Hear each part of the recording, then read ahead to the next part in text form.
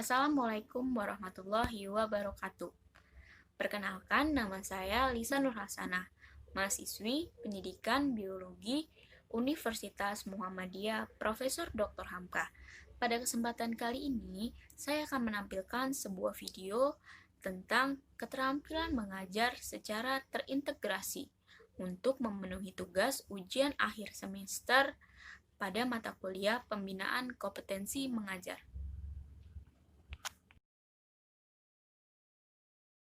Assalamualaikum warahmatullahi wabarakatuh. Waalaikumsalam warahmatullahi wabarakatuh. Bagaimana kabar kalian, sehat? Sehat, Bu. Baik, semoga kita semua diberikan kesehatan oleh Allah Subhanahu wa Ta'ala agar selalu bisa menjalankan aktivitas seperti biasanya. Sebelum memulai pembelajaran, alangkah baiknya kita berdoa bersama-sama terlebih dahulu. Berdoa dimulai. Berdoa selesai.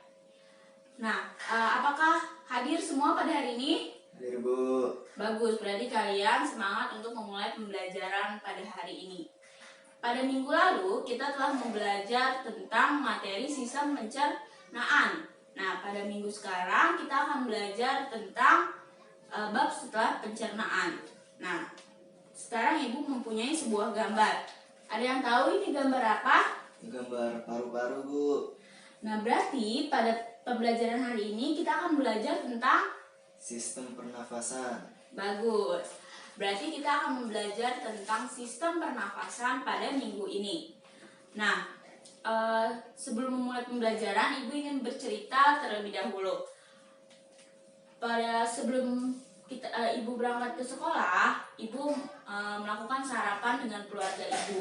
Nah, ketika Ibu sedang sarapan, Ibu mengalami tersedak karena ditanya oleh keluarga Ibu.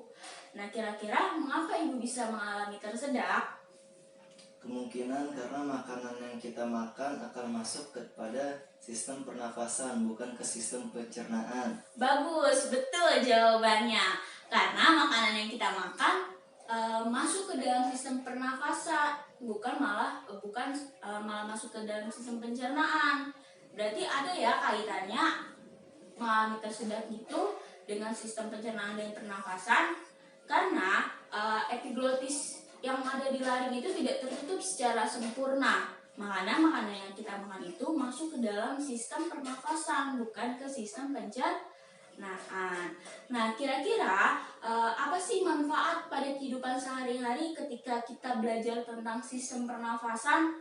Yang pertama, kita lebih mensyukuri apa yang telah Allah berikan kepada kita berupa organ-organ sistem pernafasan yang lengkap dan berjalan secara optimal.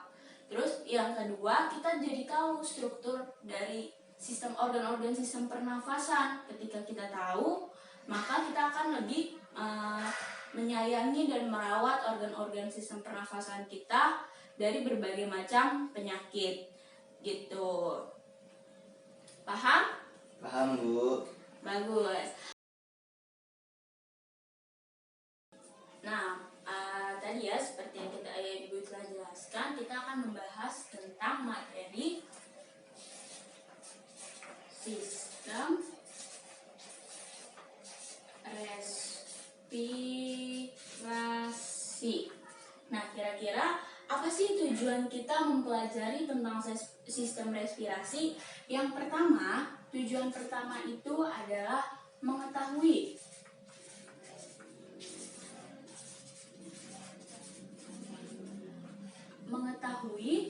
definisi dari sistem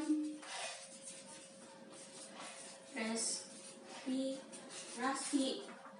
Terus yang kedua, tujuan kedua itu kita mengetahui struktur apa aja yang penyusun dari sistem respirasi. Mengetahui struktur dari organ sistem respirasi.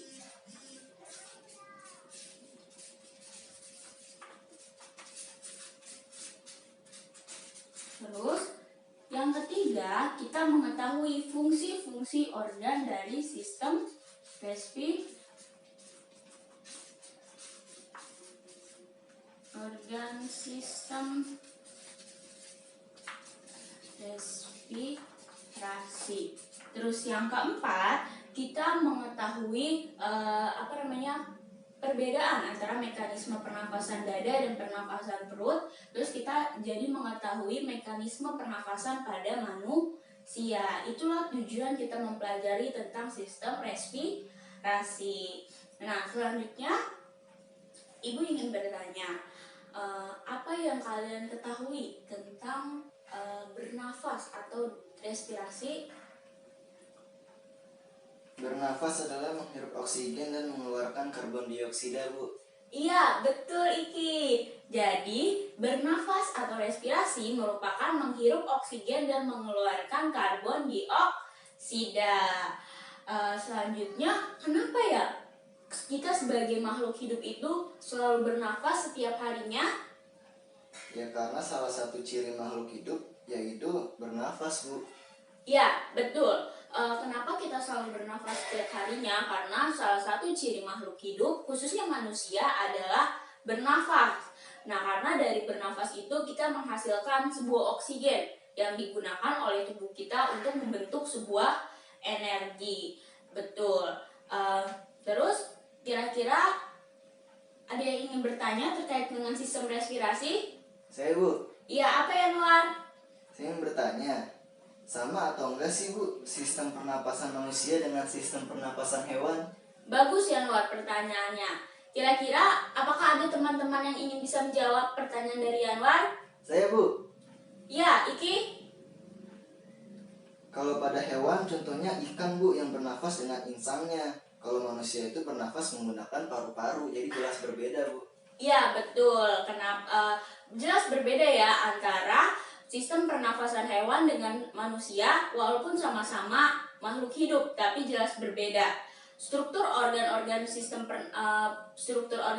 antara sistem pernafasan manusia dan hewan juga jelas berbeda. Jadi contohnya ikan bernafas dengan insang. Ya, betul. Jadi dia berbeda. Kalau manusia kan menggunakan paru gitu. Paham anak-anak? Paham, Bu. Ada lagi yang ingin bertanya? Sudah cukup, Bu. Ya, bagus.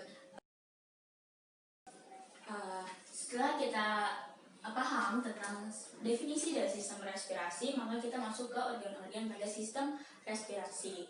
Nah, apakah ada yang ingin bertanya terkait dengan organ-organ penyusun pada sistem respirasi?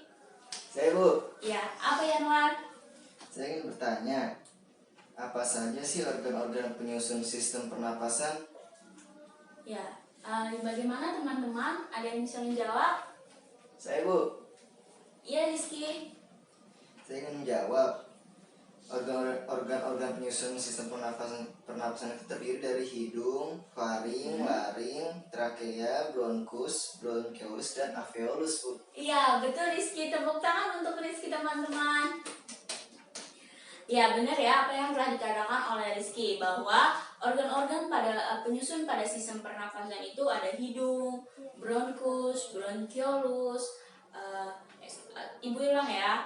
Organ-organ penyusun pada sistem pernafasan itu ada hidung, terus ada lagi faring, laring, terus juga trakea, bronkus, bronchiolus, dan alveolus gitu.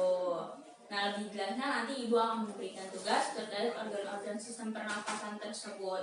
Apakah ada lagi yang ingin bertanya? Saya, Bu. Ya, Iki. Saya ingin bertanya, apakah udara yang masuk ke dalam paru-paru selalu bersih, Bu?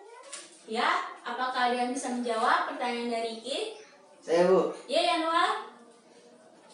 Jawabannya adalah iya, Bu, karena sudah disaring oleh hidung dan trakea sehingga udara yang masuk paru-paru adalah udara yang bersih. Ya, betul apa yang dikatakan oleh Yanwar, bahwa udara yang masuk ke dalam paru-paru itu sudah merupakan udara yang bersih karena udah disaring oleh 2 kali. Yang pertama disaring melalui hidung, ya kan, karena di hidung itu terdapat bulu-bulu rambut atau bulu-bulu halus yang berfungsi menyaring udara dari debu dan kotoran-kotoran. Kemudian disaring lagi di trakea yang merupakan fungsinya penyaring udara tahap kedua. Jadi udara yang masuk paru-paru itu benar-benar bersih dari debu ataupun kotoran-kotoran. Bagaimana anak-anak paham?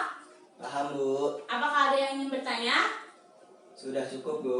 Baik, Ibu akan membuat kelompok 4-5 orang di setiap kelompoknya. Nah, nanti kalian akan menyusun sebuah gambar.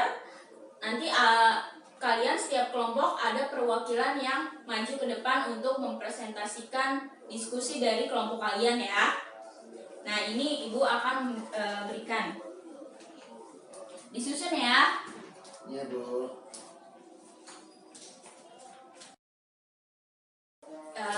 Ya baik, apakah sudah selesai tugas diskusi kelompoknya yang telah didiskusikan bersama teman-temannya? Sudah, Bu. Ya silakan satu orang maju untuk mewakili kelompoknya untuk mempresentasikan hasilnya di depan kelas. Ya siapa dari kelompok 1 yang ingin maju ke depan untuk mempresentasikan? Saya, Bu. Ya silakan Yanwar.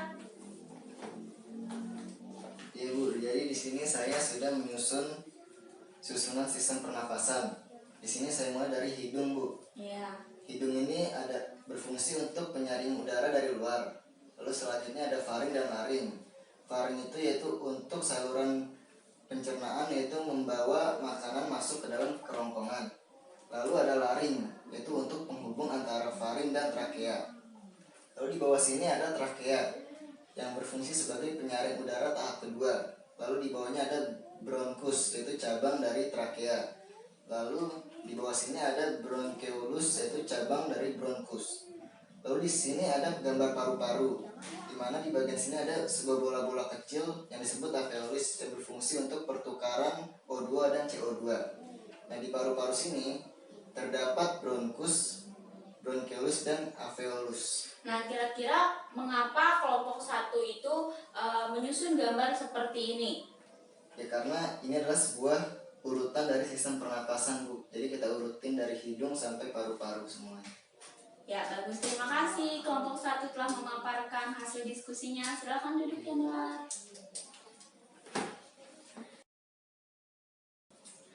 Ya, apakah ada yang ingin bertanya terkait teman-temannya tadi telah mendiskusikan dan memaparkan hasil diskusinya tadi? Tidak ada, Bu.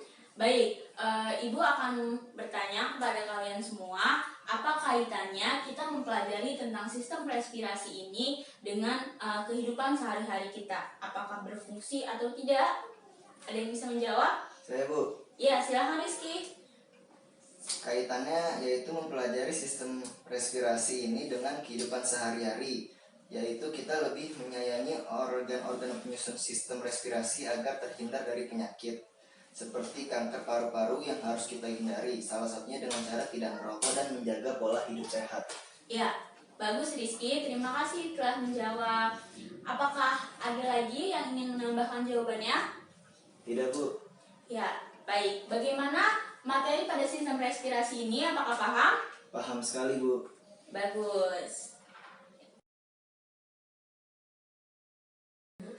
Nah, setelah tadi kita sama-sama belajar tentang materi sistem pernafasan, Ibu mempunyai beberapa pertanyaan kepada kalian. Yang bisa jawab boleh angkat tangan ya. Nah,